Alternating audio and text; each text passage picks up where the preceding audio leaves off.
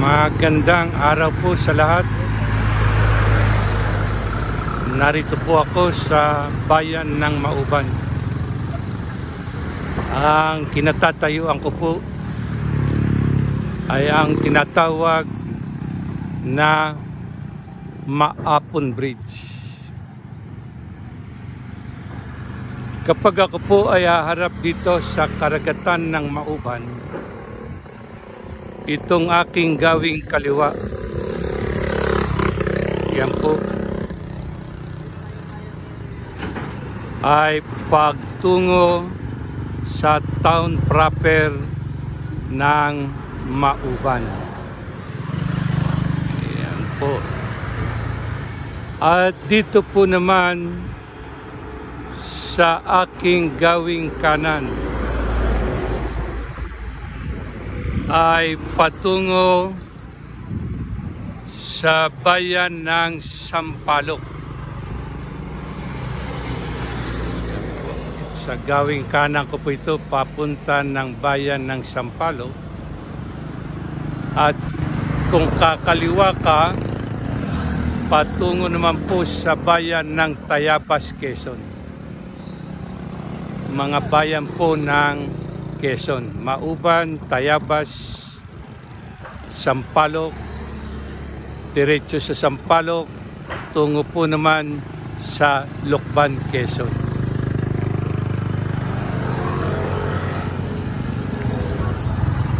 At ako po ngayon ay nakaharap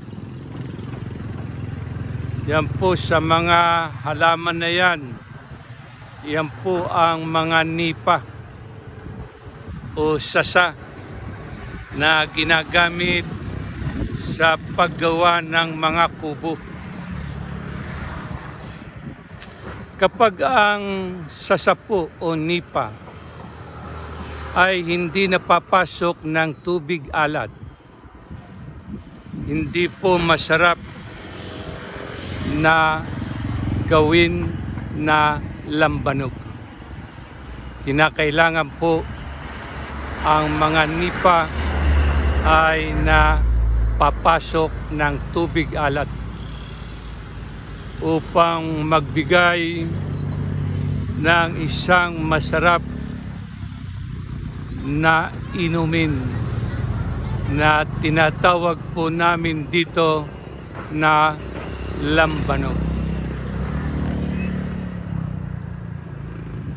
At ang nakikita po ninyo na katubigan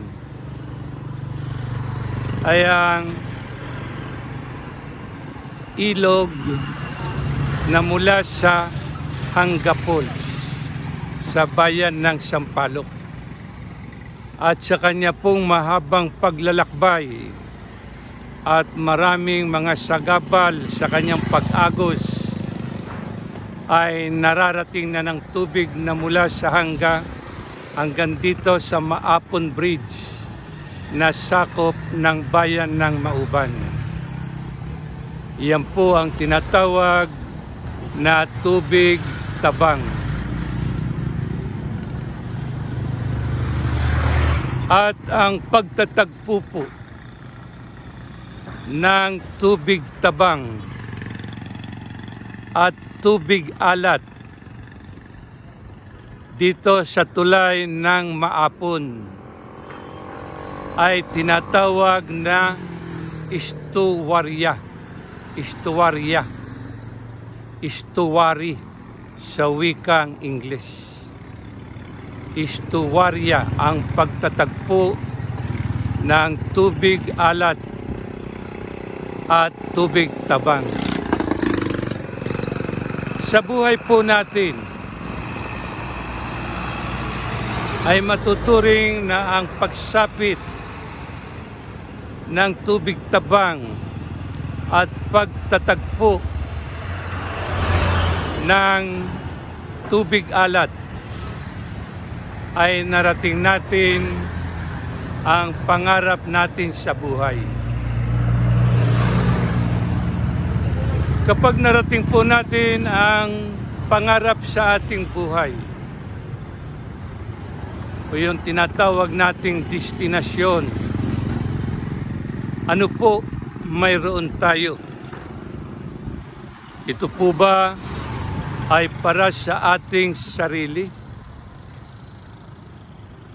Kasama po ba ang ating pamilya? Kasama rin po ba ang ating kapwa? At lalo't higit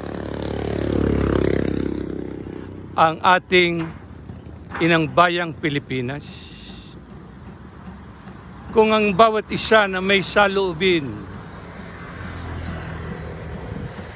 para sa kanyang pangarap ay hindi lamang sa sarili, kasama rin ang pamilya, ang kapwa at ang bayan, iyan po ang magdadala sa kaunlaran ng ating bansa.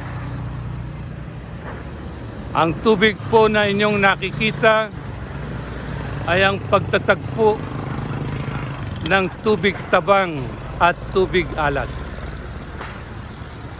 Makikita rin po ninyo ang mga sasakyang pandagat. Iyan po. May mga tinatawag po yan na basnig. Sa kinagabihan po, gagaod sila upang manghuli ng isda. Diyan sa malawak na karagatan ng Mauban. Yan po ang mga sasakyang pandagat ng bayan ng Mauban. Sa may kalayuan po naman,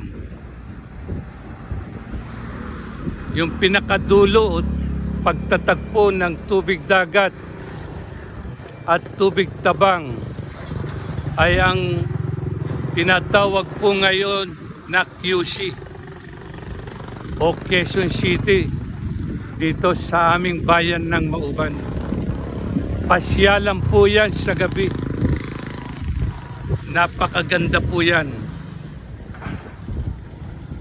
Yan po ang mga sasakyang pandagat. Nakapahinga po sila. Mamaya, papalaot po yan para sa isda na kanilang huhulihin. Yan po ang mga sasakyang pandagat, mga basnig panghuli ng isda.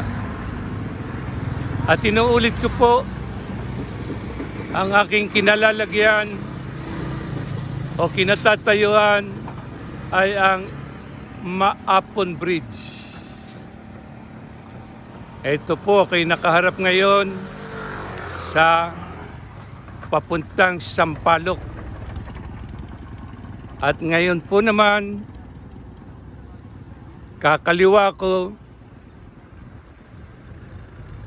ay papunta naman po sa bayan o pinakabayan ng Mauban. Yan po. May mga sasakyan pong nagdaraan.